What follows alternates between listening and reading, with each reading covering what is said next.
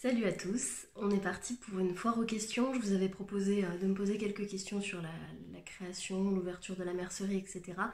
Vous avez été nombreux et nombreuses à jouer le jeu. J'ai répertorié toutes les petites questions dans mon carnet. Donc je vais essayer d'y répondre le plus brièvement possible pour que cette vidéo soit pas trop longue. Et si jamais vous avez d'autres questions ou que j'en ai oublié parce qu'Instagram n'est pas un outil très fiable pour ce genre de choses, n'hésitez pas à m'écrire un petit commentaire ou à m'écrire un petit message, je répondrai avec plaisir à vos questions. Donc pour commencer, moi c'est Cathy, j'ai 31 ans, j'habite à Dijon et je m'apprête à ouvrir dans quelques semaines la mercerie Mimosa. Voilà, donc une mercerie dans le centre historique de ma jolie ville qu'est Dijon. Et je suis là pour vous en parler un peu plus en détail. On va commencer par la question qui est revenue le plus, je crois, c'est la date d'ouverture.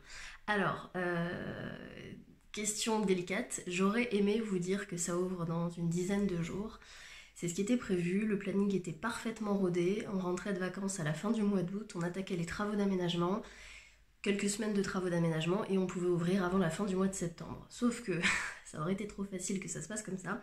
Il se trouve qu'en rentrant de vacances, on s'est rendu compte qu'il y avait eu un dégât des eaux à la mercerie. Enfin dans tout l'immeuble en fait, et que la mercerie, enfin le local était impacté. Donc malheureusement ça retarde tout puisqu'il faut que les assurances viennent expertiser les dégâts, que les devis soient validés par les assurances. Bref, je vous fais pas un dessin, mais en tout cas en attendant que les assurances se décident à lancer les travaux, on ne peut pas toucher grand chose au local. Donc c'est pour ça que si vous passez devant le local et que vous voyez que rien n'a bougé, c'est normal. On attend que les assurances nous donnent le feu vert pour pouvoir attaquer les travaux d'aménagement et accessoirement les travaux de réparation également des dégâts qui ont eu lieu. Bon, sur le coup, je vous cache pas que ça me chiffonnait beaucoup. Après, voilà, c'est comme ça, j'ai pas le choix. De toute façon, j'y peux rien. J'avais tout parfaitement rodé, mais il se trouve que voilà, c'est le petit couac qui fait que ça retarde un petit peu l'ouverture. Donc j'ai bon espoir de pouvoir vous donner une date très bientôt, mais en attendant que les travaux démarrent, pour l'instant, je ne peux rien promettre. Quant à une date d'ouverture, je sais à peu près combien de temps vont prendre les travaux de réparation et d'aménagement, donc combien de temps à partir du moment où ça commence je peux me projeter sur une date d'ouverture, mais pour l'instant j'en suis bien incapable puisque les travaux n'ont toujours pas commencé. Et puis la deuxième contrainte qui nous bloque un petit peu, c'est qu'il faut aussi changer les vitrines de la mercerie. La porte d'entrée a été fracturée ce week-end, fracassée plutôt, brisée en mille morceaux, donc voilà, donc ça c'est un petit peu l'urgence à gérer en dernière minute. Donc ça aussi ça va prendre un petit peu de temps, voilà, donc j'apprends à gérer ce genre de petit couac en parallèle du reste. Donc la date d'ouverture, malheureusement pour l'instant je ne peux pas m'avancer dessus, mais je croise les doigts pour pouvoir ouvrir avant la mi-octobre, on va dire. Voilà. Moi dans ma tête j'ouvre début octobre, mais on verra. Quelle marque de laine je vais proposer ? Alors, il y en a tellement que c'est compliqué de faire un choix, effectivement. Moi, j'ai eu envie, quoi qu'il arrive, dès le départ, de travailler avec des marques françaises. Donc Fonty, ça c'est sûr et certain. C'est une filature qui est dans la Creuse, c'est l'une des dernières filatures de France et c'est une marque que moi j'adore en tant que tricoteuse depuis très longtemps. Donc Fonty, c'est sûr et certain, je travaille avec eux, la commande est passée, j'ai hâte de la recevoir. Et j'espère pouvoir étoffer la gamme au fur et à mesure. Je trouve que ce sont des laines de très belle qualité, qui sont pas excessivement chères et surtout c'est des laines françaises en grande partie et surtout c'est une filature française qu'il est très important de soutenir. Donc ça c'est la première marque de laine que vous pourrez retrouver à la mercerie. J'ai passé une commande aussi de laine Mamie Factory qui est une marque française, parisienne, avec laquelle j'ai eu l'occasion d'échanger beaucoup ces derniers mois, ces dernières années. Coucou Olivier si tu me regardes. Et c'est pareil, c'est une petite marque française que j'ai envie de promouvoir car j'aime beaucoup ce qu'ils font. Ils n'ont pas encore une trop grosse gamme de laine, mais elle est là aussi de très belle qualité. Pas excessivement chère non plus, et voilà, avec des belles couleurs, c'est assez moderne, donc j'aime beaucoup. Voilà pour la deuxième marque de laine. Ensuite, j'ai commandé des laines qui s'appellent Bességarn. Qui s'appellent Bességarn. Des laines de la gamme Bességarn, donc ce sont des laines principalement bio, mais qui ne viennent pas de France, pour le coup, elles viennent plutôt d'Allemagne ou du Danemark. Des laines aussi Erika Knight, si je vous dis pas de bêtises, parce que la commande est passée depuis un petit moment. Kremke Soul Wool aussi. Voilà, donc ça c'est pour les laines un petit peu qui ne viennent pas de France. Et puis dans les autres gammes de laine, moi une marque qui me tenait quand même à cœur de vous proposer, c'est Knitting for Olive. Ce sont surtout des très beaux mohair qui viennent du Danemark. Et puis là, je suis en train de réfléchir à passer aussi commande chez Derer Homme Natura. Pareil, marque française très jolie. Alors là, on est plus sur des gammes un peu plus élevées en termes de prix, mais la qualité est au rendez-vous. J'ai mes cheveux qui m'embêtent, excusez-moi. Donc voilà pour les premières laines que je vais vous proposer à la mercerie. Évidemment, ça va être amené à grossir au fur et à mesure parce que là, on en est qu'au stock de départ et j'ai bon espoir quand même de pouvoir l'étoffer très rapidement. Vous m'avez demandé également s'il y aura des laines teintes à la main. Alors au départ, c'était pas spécialement prévu, tout simplement parce que mon budget pour le stock de départ étant limité, les laines teintes à la main souvent sont faites par des petites entreprises et on peut pas spécialement faire de marge dessus, hein. C'est le principe du commerce, c'est-à-dire que moi je vous revends des produits et l'idée derrière c'est quand même que je puisse en tirer un certain bénéfice. Et sur ce genre de produit c'est très difficile, mais néanmoins il y a des marques que j'ai envie de promouvoir. Donc je suis en train de parler avec Anna du bruit dans les aiguilles parce que j'aime beaucoup ce qu'elle fait. J'aimerais beaucoup aussi me rapprocher de Yarn by Simone parce qu'elle est pas très loin de Dijon en plus et j'adore les couleurs qu'elle traite sur ses laines, je trouve ça sublime. Il y a aussi Biche et Bûche qui se trouve pas très loin de Dijon non plus, qui se trouve en Bourgogne, que j'aimerais bien promouvoir. Et il faut que je me mette en contact aussi avec Léna Moré. Voilà, ce genre de marque de laine teinte à la main. Si vous êtes des teinturières, teinturiers indépendants et que vous avez envie qu'on collabore ensemble, écrivez-moi avec grand plaisir, au contraire. On va partir du côté des tissus. Quelqu'un m'a demandé si j'allais proposer des tissus en tencel ou en lyocell. Oui, parce que ce sont des matières que j'aime beaucoup, effectivement, et notamment sur le tencel, on est quand même sur une gamme qui s'étoffe de plus en plus avec des tissus en fibre de bois, etc. Donc on est très dans la mouvance écologique, recyclage, etc. Je suis en train de regarder par contre vers quelle marque je me tourne. Moi j'aime beaucoup ce que fait Meat Milk, mais ce sont des tissus assez chers, même si la qualité est au rendez-vous. Donc je suis en train de regarder si je peux en trouver ailleurs, notamment sur des fournisseurs français. Mais effectivement c'est prévu, il y en aura quoi qu'il arrive. Ta mercerie sera-t-elle sur le même principe que Henri et Henriette? Alors je n'y ai jamais mis les pieds, je crois que c'est à Rennes ou à Nantes si je dis pas de bêtises. C'est à Nantes, oui. Je vois très bien à quoi peut ressembler un petit peu cette mercerie. Alors, j'ai pas bien compris la question. Est-ce que c'est dans l'idée mercerie, salon de thé? Non. C'est vrai que c'est un projet que j'aurais eu il y a très longtemps, que j'aurais aimé faire, mais le problème c'est qu'on peut pas être partout. Et je trouve que c'est compliqué de concilier les deux en étant toute seule, voire même en étant plusieurs, parce que c'est voilà, pour un premier projet c'est compliqué à gérer. Euh, mais voilà, je trouve que l'idée est super, hein. Si j'arrive un jour à me développer assez pour embaucher quelqu'un et qu'on puisse développer ça, pourquoi pas. Après, si c'est dans l'esprit mercerie, plus atelier, cours, etc., oui, complètement, puisque je compte donner des cours de couture et de tricot, de crochet, un petit peu tout ce que je peux vous proposer, et aussi proposer, alors pas forcément une partie salon de thé, mais des animations en semaine, des apéros créatifs, des rencontres, etc. Je compte en faire un lieu assez vivant quoi qu'il arrive. Mais ce ne sera pas forcément le genre d'endroit où vous pourrez vous poser l'après-midi pour boire un thé. J'en suis bien désolée. Malheureusement, le local ne s'y prête pas. Il n'y aura pas assez de place pour ça. Mais vous serez toujours les bienvenus pour passer papoter et boire un café sans que ça n'engage à rien d'autre que un échange de bons procédés. Quelle marque de tissu vais-je proposer?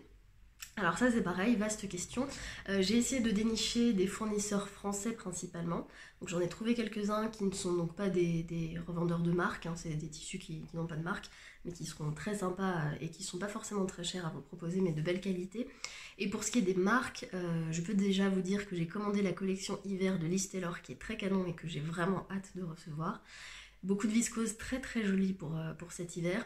J'ai commandé les incontournables Riffle Pepper et Cotton and Steel parce que moi je les adore ces tissus et je trouve que c'est quand même des incontournables à avoir et j'en ai profité au passage pour commander leur un ou deux tissus spécial Noël qu'ils ont sortis là, qui sont très très jolis. Je vais commander également la collection hiver de Cousette et puis peut-être reprendre quelques-uns des incontournables de cette marque. Qu'est-ce qu'il y a d'autre encore?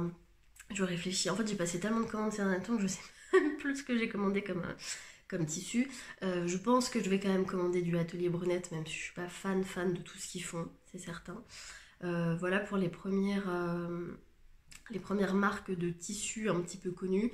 Et surtout, ce que j'essaye de vous trouver, c'est des petits jerseys sympas, des bore-côtes, etc.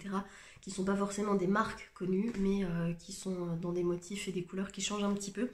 Donc voilà pour les grandes lignes. Je pense que j'ai fait le tour des marques de tissus. J'espère que j'oublie rien. Voilà. Est-ce que tu as déjà des idées de projets pour l'avenir mais qui ne sont pas encore réalisables? Alors j'ai l'impression de me retrouver devant le jury devant lequel je présentais mon projet il n'y a pas si longtemps pour un financement qui me disait projetez-vous dans 5 ans. Alors oui, donc déjà dans l'immédiat j'aimerais que la boutique fonctionne et que j'arrive à me toucher un salaire et à en vivre convenablement et que ça prospère, hein, ça c'est sûr. Après si ça marche bien et que j'ai assez d'argent, j'aimerais bien pourquoi pas développer ma propre marque de tissus en m'associant avec des graphistes que j'aime bien. J'aimerais bien aussi pourquoi pas proposer ma propre marque de laine, j'en sais rien. Et puis pourquoi pas des patrons aussi si j'arrive à trouver le temps pour me mettre un petit peu au modélisme et puis à designer des patrons. C'est pas les idées qui manquent pour le coup en développement, mais tout ça c'est vraiment de la projection très très très loin et on n'en est pas là du tout pour l'instant. On va déjà essayer d'ouvrir cette boutique et de faire en sorte qu'elle fonctionne, ce dont je crois à fond, et on verra après. Y a-t-il d'autres merceries à Dijon? Alors, il y en a une qui s'appelle La Belle Étoffe, principalement, qui se trouve en centre-ville, qui est une toute petite mercerie un petit peu à l'ancienne. Ensuite, on a des gros magasins du style Mondial Tissu, Toto Tissu, qui sont plutôt en périphérie de la ville, dans les centres commerciaux, ou en tout cas dans les zones industrielles. Et après, non, il n'y a pas vraiment de mercerie à Dijon. Il y en avait une qui était très belle, qui s'appelait le Lièvre Blanc, dont je vous ai beaucoup parlé sur mon autre compte, et qui a fermé il y a à peu près 1 an. Voilà, mais depuis, effectivement, il y a un petit peu un manque sur Dijon, notamment pour les marques dont je vous ai parlé, tout ce qui est Cousette et compagnie. La mercerie de la Belle Étoffe est très très jolie. Elle a un bon choix en mercerie et en tissu, mais il n'y a pas de marque, entre guillemets. Et c'est vrai que pour la laine, par exemple, on n'est pas vraiment sur de la laine... on est plus sur de la laine industrielle qu'artisanale. Voilà, on va dire comme ça. Donc je pense qu'on a largement de quoi cohabiter dans le centre-ville de Dijon et que ça se complétera très bien. As-tu fait une étude de marché? Oui, j'ai fait une étude de marché l'année dernière. Je vous avais d'ailleurs soumis un questionnaire sur mon autre compte qui avait très très bien fonctionné. Vous aviez été hyper réactif. Donc j'ai fait une étude de marché effectivement. Par étude de marché j'entends donc questionner un peu les futurs clientes et clients, mais aussi prospecter un peu justement sur la concurrence, etc. sur Dijon, sur ce qui se fait, sur ce qui se fait pas. J'avais essayé aussi de récupérer un petit peu des chiffres à droite à gauche sur les autres merceries en France, ce qui n'est pas très évident. Mais oui, j'ai fait une étude de marché avant de me lancer. Question un peu touchy, le budget pour un tel projet et le financement. Alors c'est toujours délicat de parler de budget puisque c'était quelque chose que j'avais du mal à comprendre quand j'ai lancé le projet de la mercerie. Tout le monde me disait trouve le local et c'est ça qui débloquera tout. Et j'avais un peu du mal à comprendre en me disant bah non, le local c'est le truc qu'on trouve en dernier. Et en fait pas du tout parce qu'effectivement c'est ça le plus gros budget quasiment dans la création de l'entreprise. Moi effectivement j'ai eu de la chance de trouver un très beau local qui n'était pas si cher que ça. Après le budget ça dépend vraiment. Moi j'ai mis un peu d'argent de ma poche. J'ai fait un emprunt à la banque. En gros, on va schématiser, mais avec les financements que j'ai pu avoir à droite à gauche et les petites aides que j'ai pu grignoter, notamment auprès d'Initiative Côte d'Or ou de France Active, on va dire qu'on est sur une enveloppe à peu près de 40-50 000 euros. Voilà, sachant qu'il y a le stock de départ à faire tenir dedans et que pour englober tout ça, je fais quand même un financement participatif qui est en cours jusqu'à la fin du mois de septembre pour essayer d'avoir un peu plus de marge pour étoffer le stock de départ parce que c'est pas toujours évident. Les banques ne financent pas forcément les stocks puisque c'est de la denrée qui ne se revend pas pour eux. Ce serait des bijoux encore, je pense que ce serait plus facile à faire passer. Mais voilà, après ça dépend vraiment de l'endroit où vous vous implantez, du local que vous allez trouver, ça c'est vraiment la clé. Du stock de départ, des marques que vous voulez vendre, de l'argent que vous avez à investir dans le projet également. Voilà, c'est assez difficile à chiffrer, mais voilà, on peut pas se lancer en tout cas en investissant juste 10 000 euros, c'est pas possible. Et encore, moi j'ai de la chance d'avoir quelques compétences, on va dire, qui me permettent de faire des économies, notamment sur la création du site internet ou encore toute la partie communication. C'est des choses que j'ai pas forcément à déléguer et que j'essaye de gérer toute seule. Donc Voilà, ça permet de faire des économies. Combien de références environ au départ? Alors j'imagine que c'est le nombre de produits que je vais proposer à la mercerie. Honnêtement, j'en sais rien. Je pense entre 100 et 200. Je sais pas. J'ai pas encore, j'ai pas encore chiffré tout ça. Mais ce qui est sûr, c'est que je vais essayer d'avoir un stock de départ assez fourni, malgré tout, pour que ça n'ait pas l'air trop vide non plus et que vous ayez de quoi vous y retrouver. Même si effectivement, il faut savoir jongler avec les chiffres parce que bah oui, le budget n'étant pas illimité au départ, il faut forcément faire des choix. Est-ce que tu prendras des stagiaires? Oui, pourquoi pas. Je me suis pas encore posé la question, mais si la personne est motivée et que le profil m'intéresse, avec plaisir. Euh, Moi, je suis ouverte à toutes les propositions. Pour le coup, je suis pas fermée du tout. Si ça peut dépanner des gens, leur permettre de voir un petit peu à quoi ça ressemble, avec grand plaisir. Envoyez-moi vos demandes de stage. Une fois que j'aurai ouvert la boutique, tant qu'à faire, ce sera plus simple. As-tu suivi une formation avant de te lancer? Donc non, j'ai pas suivi de formation à proprement parler avant de me lancer. En revanche, c'est vrai que moi je fais de la couture depuis plus de 11 ans, je fais du tricot depuis 5 ou 6 ans, peut-être un peu plus même désormais. C'est un milieu que je connais très bien, j'avais lancé un blog couture, tricot, donc c'est un milieu que je connais très très bien. Et moi je suis à la base journaliste de formation, donc forcément les réseaux sociaux, tout ça c'est un truc que je maîtrise. Et, euh, et du coup, de fil en aiguille, c'est le cas de le dire, je me suis rapprochée de pas mal de gens qui m'ont permis donc voilà, de connaître un peu mieux la laine, le tissu, etc.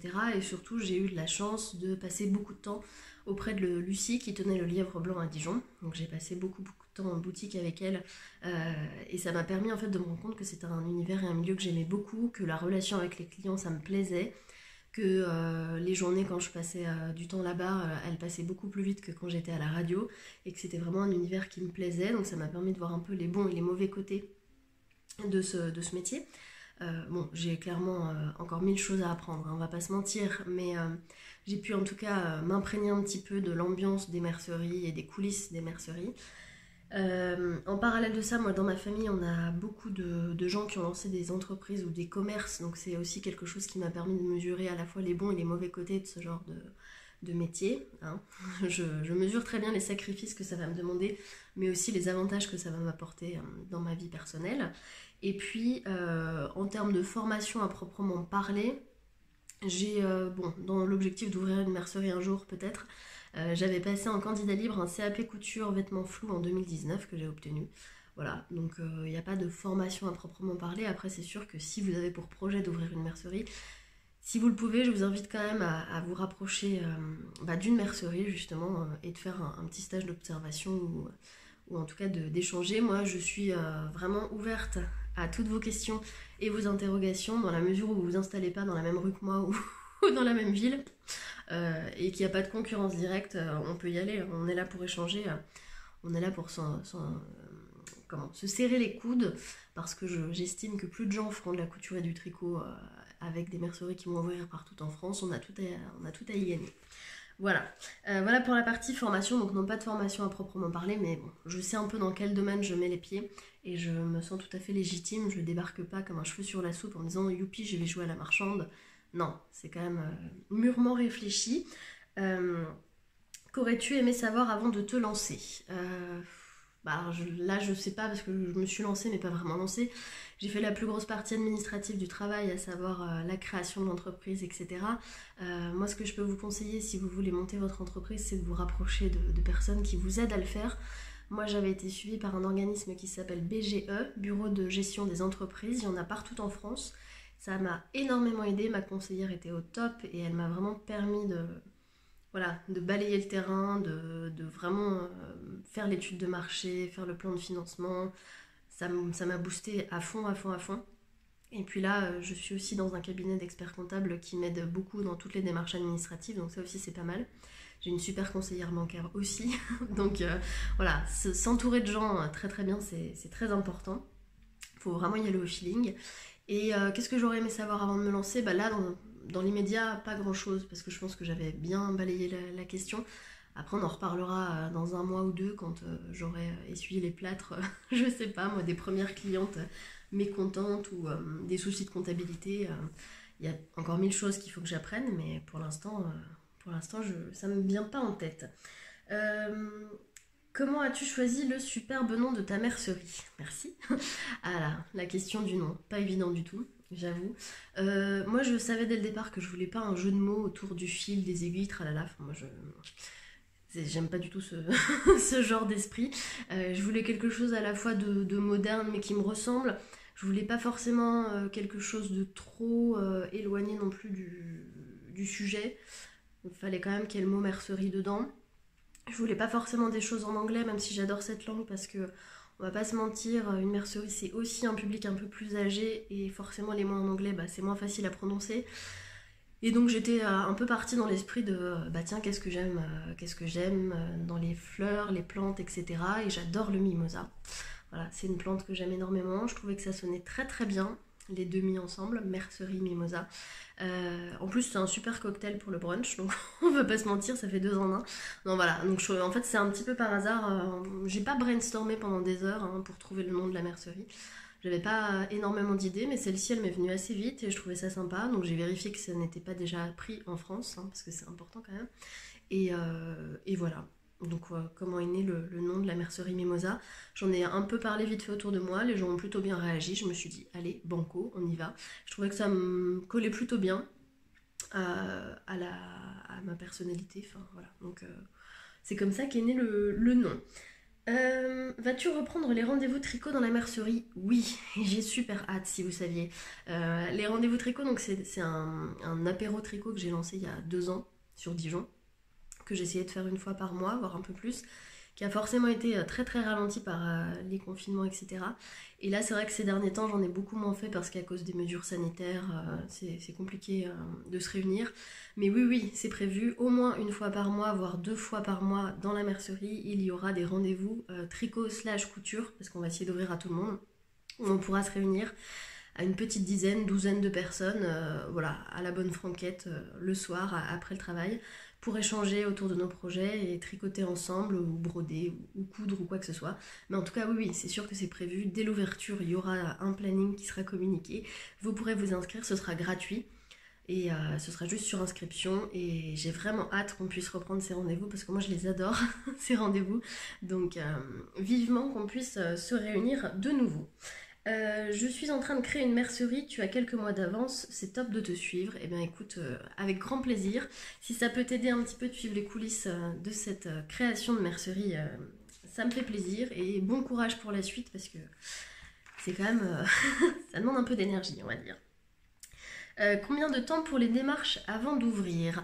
Alors, je dirais 2 ans. Clairement, là, si j'ouvre début octobre, ça fera quasiment 2 ans que j'ai commencé à travailler sur le projet avec la BGE et que j'ai eu mon premier rendez-vous. 2 ans, c'est pas trop, sachant que ça faisait un petit moment quand même que ça me trottait en tête. Mais ça m'a permis quand même de faire le tour de la question, de voir ce que je voulais, ce que je voulais pas, de me renseigner un petit peu autour de moi. C'est beaucoup de démarches pour trouver les bons fournisseurs, pour trouver les bonnes formules, pour voir un petit peu si vraiment c'est quelque chose qui va nous plaire. Voilà, il y a eu l'accompagnement avec la BGE. Et puis surtout, après, il y a une fois qu'on décide de se lancer, ce qui a été mon cas à partir du mois d'avril en disant ok, je quitte mon job et on y va à fond. Je pensais pas que ça irait si lentement. Alors non, lentement, c'est un grand mot parce que il va se passer que 6 mois entre le moment où je dis ok, top, on y va et l'ouverture de la boutique. Mais dans le sens où, par exemple, j'ai visité le local le 1er juin. Et vous voyez là, demain on est le 13 septembre, on n'a toujours pas pris possession des lieux parce qu'il y a eu le dégât des eaux, mais pas que, parce qu'il faut attendre quasiment, il a fallu attendre quasiment plus de la mi-juillet pour signer le bail, etc. Voilà, donc je pensais pas que ce serait si long en termes de démarche. Ce qui a été très long aussi, c'est de recevoir mon cabis, donc c'est-à-dire la carte d'identité de la société avec le numéro de SIRET, le numéro de TVA, etc. Il y a pas mal de démarches administratives qui prennent du temps. Alors, forcément, si vous faites comme moi et que vous créez une entreprise en début d'été, bah, tout le monde est en vacances, donc ça prend plus de temps. Mais voilà, donc moi, c'est vraiment 2 ans de travail, de réflexion, etc. Ça aurait clairement pu se faire en beaucoup moins de temps, puisqu'il y a eu entre-temps les confinements, le Covid, etc., qui m'a un petit peu freinée. Mais voilà, en tout cas, ça m'a permis de vraiment faire le point, de savoir que c'était vraiment quelque chose que je voulais et qui allait m'épanouir. Et une fois que j'ai eu, voilà, j'ai pris la décision, j'étais sûre de mon coup et je savais que c'était mûrement réfléchi, donc on peut pas vraiment se lancer en claquant des doigts, c'est un petit peu compliqué je trouve, ce genre de démarche. Et puis si on veut que ça marche vraiment, c'est bien aussi d'apprendre à connaître la clientèle en amont. Moi la clientèle je la connais quand même assez bien, puisque j'en fais partie, en grande partie, mais pas que. Donc ça permet aussi de se sentir un peu plus légitime quand on se lance. Vous m'avez demandé où on en était dans les travaux, donc je recommence ma réponse. Pour l'instant, on en est au statu quo. Après, ça devrait aller assez vite. Il va falloir qu'on change le parquet, malheureusement, à cause du dégât des eaux. Donc ça c'est un peu ce qui nous retarde le plus. Il va falloir repeindre un petit peu les murs et puis ensuite aménager. Je sais déjà à peu près comment la boutique sera aménagée. Dès que les vitrines auront été changées, je vais camoufler tout ça pour que vous ayez un petit effet de surprise. Mais voilà. Vous avez été nombreuses et nombreux aussi à me demander les marques qui seront vendues à la mercerie. Donc je vous ai déjà répondu pour la laine et le tissu. Je vous ai pas répondu pour la partie mercerie. Donc il y aura forcément un tourniquet DMC de fil à broder, rassurez-vous. Il est commandé, il arrive. Et j'ai hâte de mettre les 500 couleurs des chevaux sur le tourniquet. En termes de mercerie à proprement parler, moi je voulais absolument qu'il y ait des produits Bohin, puisque c'est une marque française et que ça me tient à cœur de la faire revivre. Donc il y aura la marque Bohin que vous pourrez retrouver à la mercerie. Et après, moi, il y a une autre marque en mercerie que j'aime beaucoup qui s'appelle Merchant & Miles, que Lucie revendait aussi au Lièvre Blanc. C'est anglais. Et je suis en train de regarder quand même pour en commander parce que j'aime énormément, moi en tant que couturière, j'utilise énormément ce qu'ils font. Donc, voilà pour les autres marques. Qu'est-ce que j'ai en tête également? Non, c'est à peu près tout ce qui me vient en tête. Mais voilà, ce sera à découvrir au fur et à mesure. Est-ce qu'il y aura un site de vente en ligne? Vous avez été beaucoup là aussi à me poser la question. Oui, évidemment, il y aura un site de vente en ligne. Alors je vous cache pas qu'au départ, c'était pas forcément prévu. Et puis le confinement nous a appris quand même que les magasins qui avaient un site de vente en ligne s'en tiraient quand même mieux que les autres, notamment pour faire du click and collect. Donc c'est prévu. Il va y avoir un site de vente en ligne, je suis en train de le finaliser. J'attends de recevoir les produits pour créer les fiches produits, mais la grosse trame du site, elle est créée. Donc merceriemimosa.fr, vous pouvez y aller, pour l'instant c'est bloqué par un mot de passe, mais vous pouvez vous inscrire à la newsletter et dès que ce sera activé, je vous enverrai un petit mail. Le site ouvrira en même temps que la mercerie, en même temps que la boutique physique, et à peu de choses près, on retrouvera exactement les mêmes genres de produits en boutique et sur internet. Donc voilà, vous ne serez pas forcément lésés, à part quelques marques. Je sais par exemple que des Rerum Natura, on ne peut pas les vendre sur internet, voilà, ils ont l'exclusivité, donc ça se retrouve uniquement en boutique physique. Voilà, c'est comme ça, mais c'est pas grave, et je pense que ce ne sera pas les seuls avec lesquels je vais travailler qui fonctionnent comme ça. Et puis quelqu'un m'a demandé si je ferais des envois en Belgique. Oui, avec plaisir, pas de souci. je pourrais vous envoyer tout ça en Belgique. Il n'y a pas de problème, vous pourrez passer vos petites commandes et je les préparerai avec amour. Et je pense que c'est mon cher et tendre époux qui se fera un plaisir d'aller à la poste pour vous les, pour vous les poster. Voilà, donc voilà pour les petites nouvelles concernant la mercerie pour cette foire aux questions. J'espère que ça a répondu un petit peu à vos interrogations et que c'était intéressant à écouter. Une petite demi-heure de blabla, on est bien. J'ai quand même cette capacité à parler qui est toujours assez démente. Si vous avez d'autres questions, n'hésitez pas. Voilà, moi j'essaie de vous tenir au courant très vite pour une date d'ouverture. Croyez-moi, j'en rêve de cette date d'ouverture là. J'ai hâte qu'on attaque les travaux, qu'on attaque l'aménagement, qu'on puisse s'y mettre. Surtout que là, j'ai passé mes premières commandes et j'ai dit à tous mes fournisseurs: n'envoyez rien tout de suite, attendez, parce que pour l'instant je ne peux rien stocker au local et je pourrais stocker chez moi, mais clairement les cartons de laine ou de tissu qui pèsent 3 tonnes, on va éviter de les déplacer dans tout Dijon à chaque fois, donc on va faire en sorte que ça se passe bien. Mais voilà, j'ai vraiment hâte qu'on puisse attaquer tout ça. Dès qu'on entre dans le vif du sujet, j'essaierai de faire des petites vidéos pour vous montrer un petit peu l'avancée des travaux et des travaux d'aménagement. Je vous dis à très bientôt. N'hésitez pas, hein, si vous passez dans le local et que je suis à l'intérieur, à me faire un petit coucou. J'y suis assez souvent en ce moment pour plein de rendez-vous. Donc je passe un certain temps à attendre à l'intérieur. Voilà, donc si vous me croisez, faites-moi un coucou. Je vous dis à très bientôt. Merci pour votre enthousiasme, tous vos mots d'encouragement, vos petits mots doux. À chaque fois que je poste quelque chose, vous êtes toujours là au rendez-vous et ça me fait super plaisir et ça me fait vraiment chaud au cœur. Ça me dit que j'ai fait le bon choix et que je suis sur la bonne voie et qu'il y a une vraie attente dans Dijon, en tout cas au niveau de la mercerie. Donc ça fait plaisir de se sentir soutenu. J'en profite pour vous faire un rappel, campagne de financement participatif. Ça se passe sur Ulule, le lien est dans ma bio. On a dépassé largement les premiers objectifs, mais c'est ce que je vous explique un peu dans la page. Plus l'objectif monte et plus je pourrais vous proposer des jolies marques dès le départ et étoffer d'autant plus le stock de départ. Donc n'hésitez pas à partager autour de vous à ceux qui seraient intéressés pour soutenir. Il y a des contreparties pas trop mal, je vais vous les présenter cette semaine. Voilà, donc je vous dis à très bientôt, bonne soirée, je vous embrasse et je vous dis à très vite à la mercerie.